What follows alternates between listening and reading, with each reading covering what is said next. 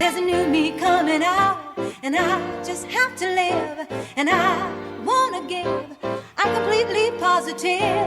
I think this time around I am gonna do it like you never knew it. Oh, I'll make it through.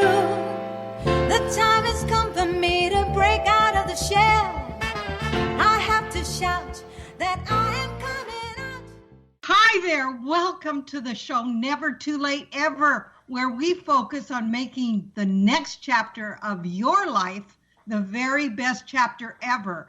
I am your host, Lorraine Hoving, and I am thrilled that you are here today. This day could change your life. Open your heart, your ears, and listen. You will find a gem, a treasure that you can apply to your life today.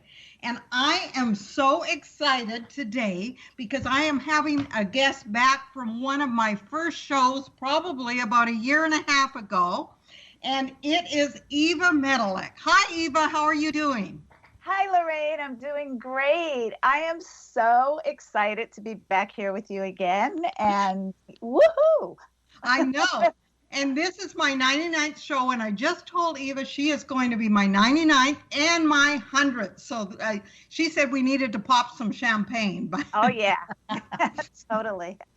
So let me tell you a little bit about Eva. She is a certified high-performance coach and a relationship success coach. She has coached both men and women in the areas of personal development, leadership, and mastering habits for success. She uses her personal experiences along with her leadership, transformational, and high-performance training to teach you the pillars of high performance, as well as showing you how to communicate in a way that fosters influence and connection in your personal life and your career.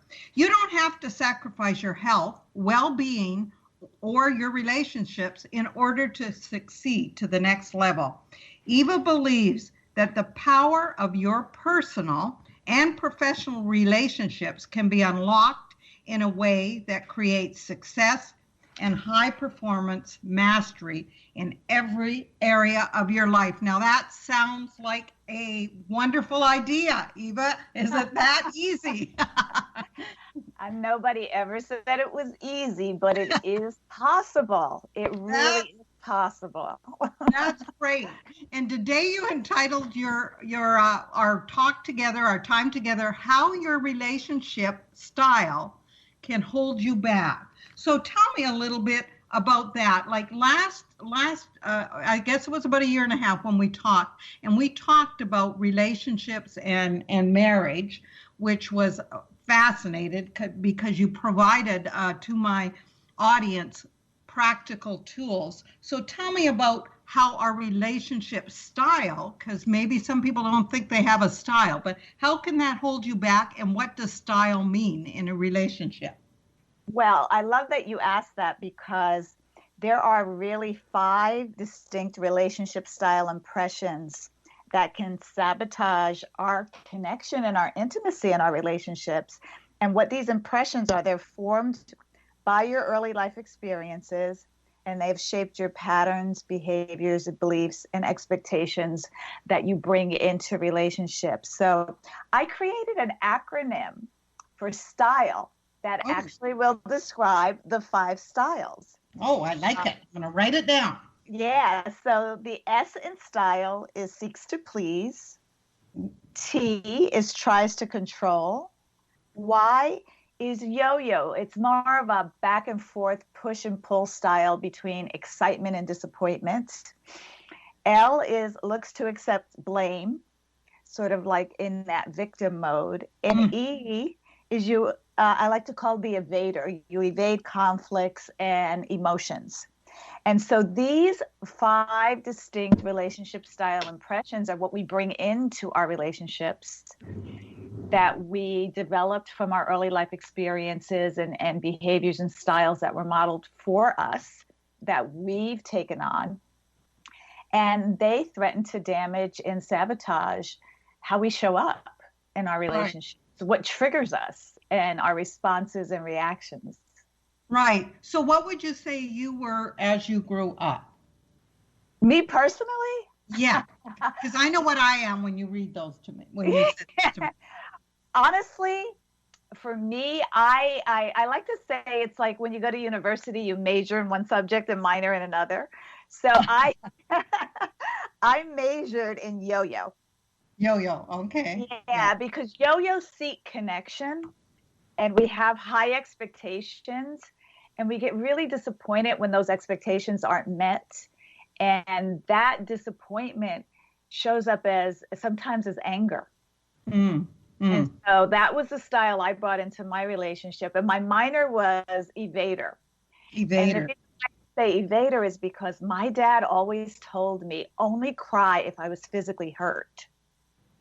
Uh-huh. So And you not, kind of stuffed it? You stuffed your I feelings in? stuffed my feelings, exactly. And it was funny. He tried that once when my youngest daughter was 5, and he said that to her. And she looked at him and she said, "Grandpa, but my heart is hurting, so I'm Aw. going to cry." And I'm like, darn, she's good. I should have said that. Out of the mouths of babes, right? Right, exactly. She had the maturity to be able to stand up for herself. I That- know. Something yeah, I didn't have. yeah, yeah. Well, I am on that list. I am number 1. I am seek to please. I've always wanted everybody to be happy. So I would try and please everybody. And when that was out of order, then life didn't feel right. And I still probably do that. Want everybody to be happy and get along. And so it's interesting. So in understanding what you are, how can you work with your relationship, say with your husband? Because if you recognize that, then you need to also work on it, correct? Exactly. So you actually need to know what some of these traits are and how that style manifests. So for example, if I took yours, for example, some common traits that show up that can damage and influence how you are being in relationship are worry. You know, you try to avoid criticism and you try to avoid making mistakes because you're worrying. You have some anxiety, like you'll feel anxious or rejected if your partner or people who are close to you just want alone time. You kind of take that personally. You like a lot of praise and encouragement. The main fear is rejection, and maybe sometimes have some difficulty making decisions. And so, you know, it really is, when you look at it as, you know, seeking to please others is really a way to soothe deep anxiety inside. So you always focus on other people's needs because you're avoiding literally being in touch with your own feelings around this. And so it's really interesting. So I like to say that you really want to get more caught up in who you are being in relationship, so that you can deepen your connection and intimacy. And so you get to really be conscious around recognizing the underlying anxiety around, like, why am I working so hard to please this person? What am I feeling? So get in touch with the feelings that are deep inside and learn how to recognize them for what they are. Right. And you know, I like to say you have a transformation goal of being okay with people being disappointed in you or people not agreeing with you. And so that's kind of the habit and practice you get to be okay with.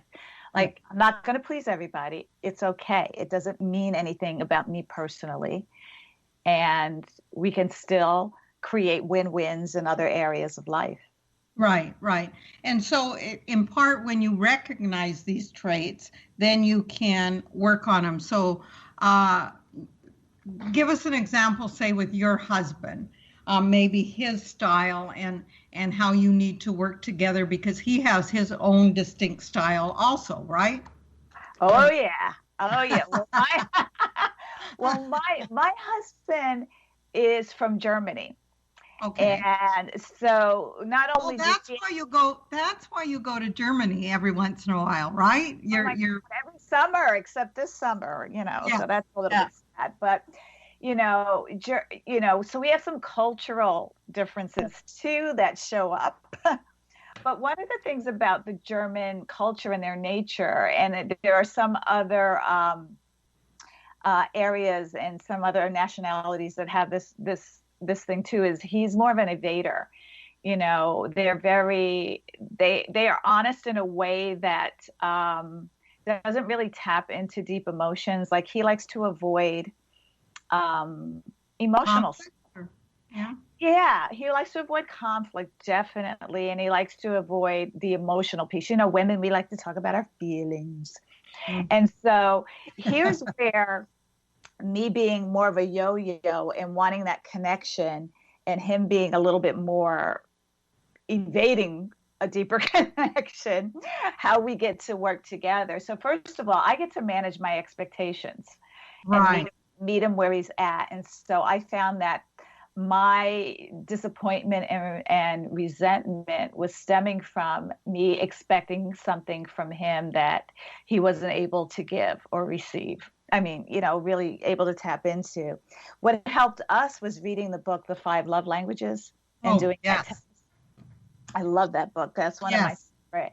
And it also helped for us to really have open communication about our needs, and not just expecting, you know, one of the things that I tell people that I coach is you've got to be honest and share what your needs are, and not expect your partner to be a mind reader. Mm-hmm, so the more open that I am in sharing what I need and how I feel when I don't get it, the more conscious he is of giving me what I need, because it's not going to come to him naturally. For example, my love language is touch. Mm-hmm. I love hugs. That's my husband's. Yeah. Uh-huh. Yeah. I love hugs. It's not in my husband's nature to comfort me with hugs. And so when I don't get it, I can be mad and pissy about it. Or I could say to him in that moment, because he doesn't always remember, honey, I could really use a hug right now. And then he remembers and he jumps right to it.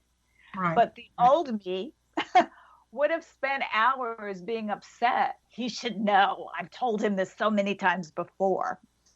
And making it mean that he doesn't really care about me. And, you know, probably 24 hours just have a chip on my shoulder and not say anything. And him being totally confused, like, why is she upset with me? Because I needed a hug and didn't get one. So we both get to be responsible for not only communicating what our needs are, but communicating how we feel when they're not met in a way that brings us together and not makes each other wrong. Right. And I love what you said at the beginning was managing your expectations, because what we expect and what people perceive we expect sometimes can be two different things. So it's more about managing your expectations and then communicating, like you communicated with Peter. Then because we want them to be somewhere where they're not emotionally. If he's not a touchy person, he doesn't get that all the time. So yeah. So when you manage your expectations and then communicate to him, it saves. This is what it saves: a lot of negative energy, a lot of time where we sat and pouted because why doesn't he love me? Why doesn't he give me the attention I need?